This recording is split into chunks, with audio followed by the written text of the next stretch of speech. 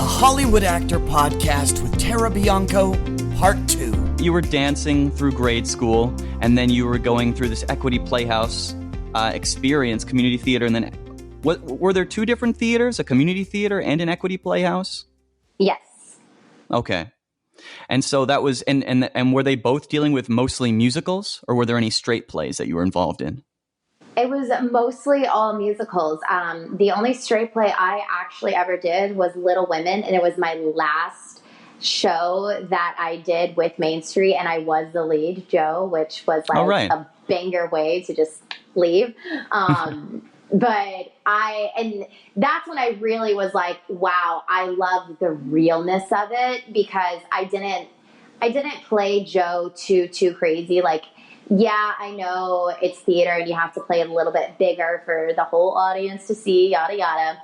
But we did keep her more grounded. And that's when it really hit me that I'm like, I need to do television and film acting opposed to theater from doing that stage play. Yeah. And going back to that time where you were deciding, I got to move to LA, what made you not go to Atlanta or even think about going up the coast to New York City? The music manager, dude. Like, okay. I wish it was very it specifically that relationship. Yeah, I wish it was something better, but I was just like, no, I mean, he's out there. I've recorded some songs, and he said he has a plan for me. So, all right, let's do it. Let's make me Britney Spears. Cool. Then that's what, yeah. Yeah. Well, I mean, this industry, there's so much mystique to it. And it is so based on relationships that it is easy, especially when we're getting into the game, to trust people. And, you know, you always have to trust people. But as we're continuing in our careers, we learn how to better vet these people, how to learn more about red flags. And we meet people along the way who we can ask advice from. Exactly. Asking for advice, like, I don't think I did it as much when I first moved out here as I feel like I should have. But I had no idea what LA was. Like, I didn't understand it at all. And people weren't opening up a lot when I first moved out here. And I'm seeing now that when I engage with any fellow actor or creator, influencer, I immediately just question them like crazy and just ask, like, what do you do? And like, what's your day-to-day life? And like, give me the realness of your actual life. And people open up now. It's weird to me. They're not as like closed off as they were 5 years ago. And it's not fake, at least when I've talked to them. Or if they are fake, then I just walk away because I'm like, I'm not going to deal with this anymore. But most of the time when I meet people, especially like even at Creation Station where we met, I talk to people all the time because I'm like, I just want to know the story. Like, I want to know what your story is, because every single person has a different LA story. And it's very intriguing to me. It's extremely like, words can't describe all the different types of stories that I have heard, and I imagine you hearing from doing the podcast as well. Like, it's mind-boggling how there is no rhyme or reason why anything happens in LA. It just does, and you hear about it, and that's their story, and like, that's what you go with. That's why I wanted to start recording some of them, so that I could say, nope, that was right, what that person told me. And through all these different stories, you're kind of finding an idea of what the truth is, of what the zeitgeist is, what this unfolding digital age is really meaning on a daily or weekly basis to us as professional actors in Hollywood. Exactly. And listening to podcasts like this and talking to people, that's just how you're going to grow as a person or as an actor out here in Los Angeles as well, or anywhere that you are. For anyone who's listening, you have to engage with people and you have to be willing to learn and understand the way that the market is flowing. 100%. So when you were segueing from the musical manager to more of a theatrical / commercial manager for acting, were you starting to book some of those non-union projects and then segue into co-stars? So, I got a little lucky. My first audition he ever sent me on was for You're the Worst with Wendy O'Brien. And like the next day he said, hey, you booked it. And I was like, what? I'm sorry. I did what now? I booked I booked a TV show, like an actual, like it's going to be on television. Oh, okay. So I went to Bob's Big Boys and I got a burger because I was very proud of myself. um, After Yeah. that, I booked just a couple other things. He got me a commercial agent. And then from auditioning commercially, I booked a national, which got me into SAG. So I booked pretty fast, but it was also, I know why it happened. I'm a redhead, number one. And also I was I was young. I was 18, 19 years old. I was fresh face in Hollywood. Nobody has seen me. So of course they're going to start picking at me and seeing what I can do. Now I've been here a couple of years. It's been dying down a little bit, but that's why it was a little easier for me just because of the manager that I had. He had a really top client, Janelle Parrish. And so because she's, pretty popular right now and she's consistently working, they trust him. And so those people have been bringing me in. They liked me enough for the co-stars. And I got very lucky with, getting my credits pretty fast. But I wish I didn't. I wish I could have done a little bit more non-union and just had a little bit more stuff even for my reel and whatnot. But, it is what it is. Well, everybody's path is different, and you're booking those credits, so you're having experience on those sets. Those credits appear on your resume. Those casting directors love you. Exactly. So yeah. you are building within SAG, within the professional world, and like you said, very quickly. And so now those casting directors, they're not going to be afraid to bring you back. Exactly. Your manager has that name. He's not going to be afraid to submit you, and people will know you now a little bit through your reputation and commercials. That's a big thing that it not only can support you a little bit financially, but it does just expose you to the world and to the industry that's just watching TV or on social media, and there your face pops up. Exactly. Yeah, man. I love commercials. If I could book a national every few months, that'd be great. I'd be living the high life. Commercials are amazing. I've had 3 so far within my career, and I just had a callback this morning for one. I'm like, please. Hey. But it's for a brand that I already had a national for, so I'm just interesting. Can I get it again, please? Yeah, maybe they'll make a whole campaign for you. You'll be their spokesman or something. I'm telling you, man, it was for Wendy's, right? And I'm like, I can be your next Wendy's girl. You don't have a Wendy's girl right now. This is you guys just brought me in again. You were my first national commercial I ever did. Now you're bringing me in again. I got a call back, and it's more adult role, and which is intriguing to me because I don't play adult yet. But I was I got a callback for an adult commercial one, which that never happens. I only get callbacks for teenage ones. And so I was like, okay, so this can be my character arc. She was young in the first commercial. Now she's older in this one. She's out. And now let's make Tara the Wendy's girl. I'm telling you, if I get Wendy's growing up. I will do that. I will so freaking do that. If I get on set and they booked me, I will go to the brand deal. I'm like, y'all, you need a new redhead. Let me be your redhead. Come on. Wow. Let's do it. Right? I mean, cut to 3 years later and they're throwing a gray wig on you and you're Grandma Wendy. Exactly. You're going through the whole life cycle of it. Right. I totally would. I have no shame in telling people, I'm like, you need me. This is what's going to happen. Okay. Have you been finding continued success with commercials?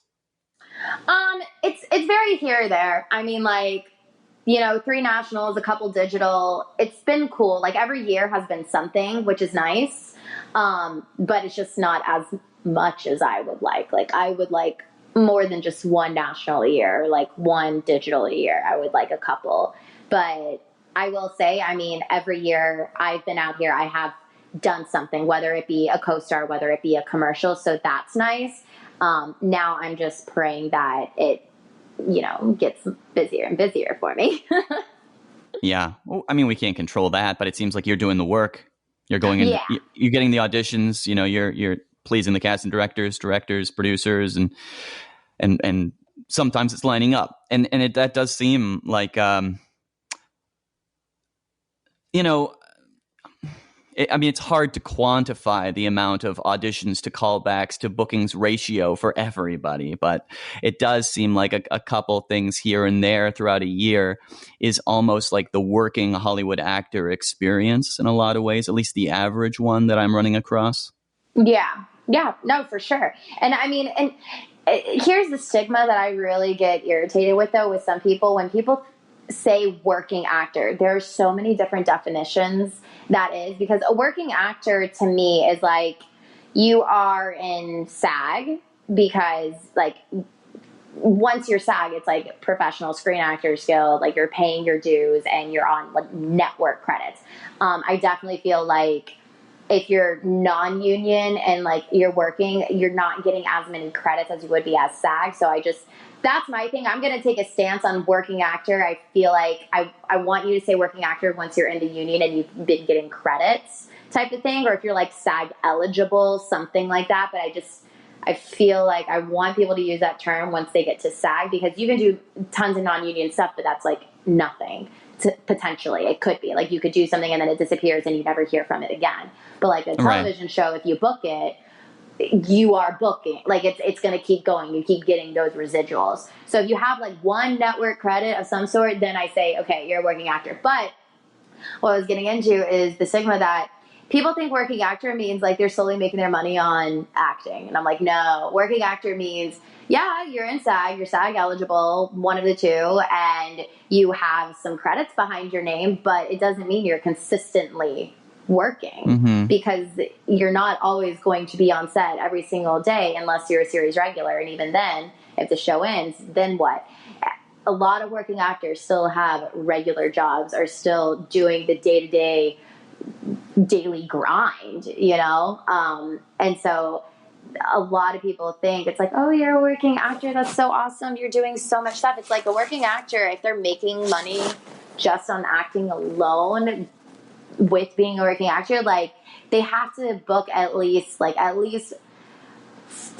to 5 co-stars, guest stars, something a year. Like if you're not booking at least 4 to 5 somethings and commercials, like you can't make your money off of solely acting alone. You have to have those other normal jobs, and there are those actual working actors with the normal jobs. That was my little tangent. Yeah, and it takes many days to work on set to qualify for insurance. We were talking to Valente Rodriguez, who was saying that was extremely in the forefront of his mind. Like, I have to work so I can be that not only working actor, he was going from project to project all year, but yeah, earning insurance to protect his family. Yes, and also that's insurance. Insurance and paying towards retirement. You have to work a certain amount of days for that too, I believe. But yeah, I love that you're bringing that up about what the working actor truly is. I also think that you have to be a member of SAG-AFTRA to be considered a working actor. But you can have day jobs. You can have these side hustles, these in certain terms, parallel careers.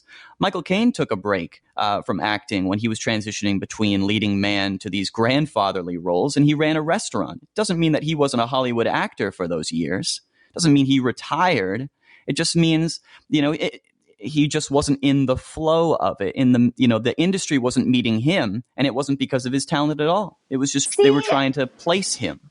I love that, because I feel like, for me right now, like I'm not really going out as much because I'm still like in those teenage looking years, but I'm still kind of potentially maybe a little too old to play teenager. So I'm just like stuck, and it's difficult for my manager to get me out in that regards. And now I'm kind of like, I'm focusing on other things that I enjoy, like podcasting. Like I love being a personality. That's kind of like, if I could be a personality or I could be an actor, like I would be fine with either or. And right now I am kind of, I guess, like almost taking a break, like you were saying with Michael, because like, it's like, I'm not really needed in the industry as much at this moment as like I was like a couple of years ago. And I'm finding happiness in other areas of this entertainment industry, and it's actually really exciting and it's very fulfilling, and it makes the stress and the anxiety of, oh my god, when am I gonna book next, kind of like it kind of goes away, which is really, really nice. And so I love that. I love the fact that you were saying that Michael Caine with the restaurant thing. I'm like, everyone goes through a time where they just kind of like relax and take a step back for a second, because it is draining. This industry is so draining. Yeah. Well, it's not even just nice. It's incredibly vital to find those things that are going to flesh out the rest of your life so that you're not putting everything onto one single audition, a single callback. booking Exactly. that one project. You are just available for those. You're available for all the projects. You're making yourself available to your manager, to your agent, to the industry. You're based here. You're doing all the right things. And in the meantime, you can't make those things happen. You're just showing up and doing a professional job and then letting the chips fall where they may. Exactly. That's all we can ask for ourselves. And in the meantime, what we're doing in between those, 5-minute auditions that maybe derail a day for us, or, and we're waiting on a project so that, am I still pinned? Am I still on hold? Can I go to that flight to Aruba for that wedding? All those things that do kind of abut the rest of our lives. We can still fit in those side hustles, those parallel projects, careers, relationships. We can still have very much of a full life here in Los Angeles. Exactly. Thanks for listening to the Hollywood Actor Podcast. If you enjoy this content, don't forget to rate and review on Apple Podcasts or wherever you're listening.